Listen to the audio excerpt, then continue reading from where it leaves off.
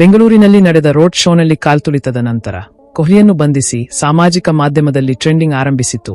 ನಂತರ ಕ್ರಿಕೆಟ್ ಜಗತ್ತಿನಲ್ಲಿ ಭಾರೀ ಕೋಲಾಹಲ ಉಂಟಾಯಿತು. ನಂತರ ಭಾರತೀಯ ಕ್ರಿಕೆಟ್ ತಂಡದ ದಂತಕತೆ ಮಹೇಂದ್ರ ಸಿಂಗ್ ಧೋನಿ ವಿರಾಟ್ ಬಂಧನದ ಬಗ್ಗೆ ಕೋಟ್ಯಂತರ ಭಾರತೀಯರ ಹೃದಯ ಗೆದ್ದಿದ್ದಾರೆ ಎಂದು ಹೇಳಿದರು. ಹಾಗಾದರೆ ವಿರಾಟ್ ಬಂಧನದ ಬಗ್ಗೆ ಮಹೇಂದ್ರ ಸಿಂಗ್ ಧೋನಿ ಯಾವ ಹೇಳಿಕೆ ನೀಡಿದ್ದಾರೆ? ವಿರಾಟ್ ಕೊಹ್ಲಿಯನ್ನು ನಿಜವಾಗಿಯೂ ಬಂಧಿಸಬಹುದೇ? ಹಾಗಾದರೆ ಈ ಸುದ್ದಿಯ ಸಂಪೂರ್ಣ ಮಾಹಿತಿಯನ್ನು ನಾನು ನಿಮಗೆ ಈ ವಿಡಿಯೋದಲ್ಲಿ ತಿಳಿಸಿಕೊಡುತ್ತೇನೆ. ಅದಕ್ಕಿಂತ ಮುಂಚೆ ನೀವು ಇನ್ನೂ ನಮ್ಮ ಚಾನೆಲ್ ಅನ್ನು ಸಬ್ಸ್ಕ್ರೈಬ್ ಮಾಡಿಲ್ಲ ಅಂದ್ರೆ ಈ ಕೂಡಲೇ ಸಬ್ಸ್ಕ್ರೈಬ್ ಮಾಡಿ. ಇನ್ನು ತಡ ಮಾಡದೆ ವಿಡಿಯೋ ಸ್ಟಾರ್ಟ್ ಮಾಡೋಣ ಬನ್ನಿ. IPL 2025ರ ಫೈನಲ್ನಲ್ಲಿ ಪಂಜಾಬ್ ಕಿಂಗ್ಸ್ ಅನ್ನು ಸೋಲಿಸುವ ಮೂಲಕ RCB ಮೊದಲ ಬಾರಿಗೆ ಟ್ರೋಫಿಯನ್ನು ಗೆದ್ದಿತು. ನಂತರ ಬೆಂಗಳೂರಿನ ಚನ್ನಸ್ವಾಮಿ ಕ್ರೀಡಾಂಗಣದಲ್ಲಿ ಭವ್ಯ ವಿಜಯೋತ್ಸವ ಮೆರವಣಿಗೆಯನ್ನು ಆಯೋಜಿಸಲಾಯಿತು. ಆದರೆ ಭಾರೀ ಜನಸಂದಣಿಯಿಂದಾಗಿ ಕಾಲ್ತುಳಿತ ಉಂಟಾದಾಗ ಈ ಆಚರಣೆ ದುಃಖಕರ ತಿರುವು ಪಡೆದುಕೊಂಡಿತು. ಮಾಧ್ಯಮ ವರದಿಗಳ ಪ್ರಕಾರ ಈ ಅಪಘಾತದಲ್ಲಿ 11 ಜನರು ಪ್ರಾಣ ಕಳೆದುಕೊಂಡರು ಮತ್ತು 25ಕ್ಕೂ ಹೆಚ್ಚು ಜನರು ಗಾಯಗೊಂಡು ಆಸ್ಪತ್ರೆಗೆ ದಾಖಲಾಗಿದ್ದಾರೆ. ಈ ಘಟನೆಯು ಇಡೀ ದೇಶದಲ್ಲಿ ಕೋಲಾಹಲವನ್ನು ಸೃಷ್ಟಿಸಿತು.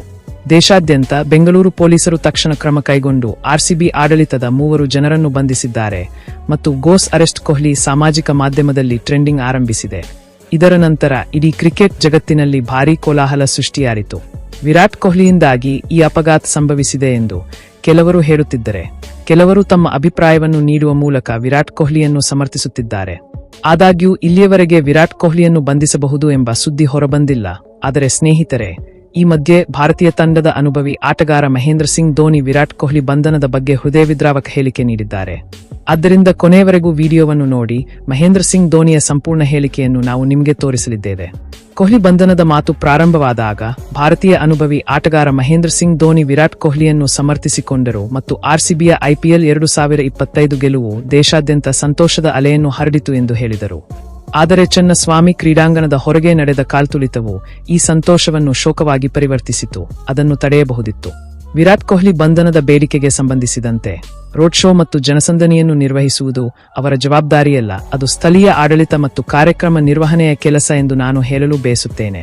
ಕ್ರಿಕೆಟಿಗರು ಆಟದ ಮೇಲೆ ಮಾತ್ರ ಗಮನಹರಿಸುತ್ತಾರೆ ಮತ್ತು ಅಂತಹ ಅಪಘಾತಗಳಿಗೆ ಅವರನ್ನು ದೂಷಿಸುವುದು ಸರಿಯಲ್ಲ ಎಂಬುದನ್ನು ನಾವು ಅರ್ಥಮಾಡಿಕೊಳ್ಳಬೇಕು. ಈ ವಿಷಯವನ್ನು ನಿಷ್ಪಕ್ಷಪಾತವಾಗಿ ತನಿಖೆ ಮಾಡಬೇಕು ಮತ್ತು ಅಪರಾಧಿಗಳ ವಿರುದ್ಧ ಕ್ರಮ ಕೈಗೊಳ್ಳಬೇಕು ಎಂದು ನಾನು ಬಯಸುತ್ತೇನೆ. ಅಲ್ಲದೆ ಭವಿಷ್ಯದಲ್ಲಿ ಇಂತಹ ಘಟನೆಗಳನ್ನು ತಡೆಗಟ್ಟಲು ಉತ್ತಮ ಯೋಜನೆ ಅಗತ್ಯವಿದೆ. ವಿರಾಟ್ ಮತ್ತು RCB ಈ ಅಪಘಾತದಿಂದ ಆಘಾತಕ್ಕೊಳಗಾಗಿದ್ದಾರೆ ಮತ್ತು ನಾವು ಅವರನ್ನು ಬೆಂಬಲಿಸಬೇಕು ಮತ್ತು ಅವರನ್ನು ಗುರಿಯಾಗಿಸಬಾರದು. ವಿರಾಟ್ ಕೊಹ್ಲಿಯನ್ನು ಬಂಧಿಸಬೇಕೆಂದು ಒತ್ತಾಯಿಸುವುದು ಸಂಪೂರ್ಣವಾಗಿ ಗ್ರಹಿಸಲಾಗದು ಮತ್ತು ಅವರನ್ನು ಬಂಧಿಸುವ ಬಗ್ಗೆ ಮಾತನಾಡುತ್ತಿರುವವರಿಗೆ ಏನೂ ಅರ್ಥವಾಗುವುದಿಲ್ಲ ಮತ್ತು ಎಲ್ಲೋ ಅವರು ವಿರಾಟ್ ಕೊಹ್ಲಿಯನ್ನು ದ್ವೇಷಿಸುವ ಜನರು. ಮತ್ತಷ್ಟು ಹೇಳಿಕೆ ನೀಡಿದ ಮಹೇಂದ್ರ ಸಿಂಗ್ ಧೋನಿ ಈ ಅಪಘಾತ ಸಂಭವಿಸಲು ಕಾರಣವಾದ ಸಂಪೂರ್ಣ ವಿಷಯದ ಬಗ್ಗೆ ತನಿಖೆ ನಡೆಸಬೇಕು ಮತ್ತು ಅಪರಾಧಿಗಳ ವಿರುದ್ಧ ಸೂಕ್ತ ಕ್ರಮ ಕೈಗೊಳ್ಳಬೇಕು ಮತ್ತು ಈ ಅಪಘಾತದಲ್ಲಿ ಪ್ರಾಣ ಕಳೆದುಕೊಂಡ ಜನರ ಕುಟುಂಬಗಳಿಗೆ ಕನಿಷ್ಠ 15-15 ಕೋಟಿ ಆರ್ಥಿಕ ಸಹಾಯವನ್ನು ನೀಡಬೇಕು ಎಂದು ನಾನು ಪೊಲೀಸ್ ಆಡಳಿತದಿಂದ ಒತ್ತಾಯಿಸುತ್ತೇನೆ ಎಂದು ಹೇಳಿದರು.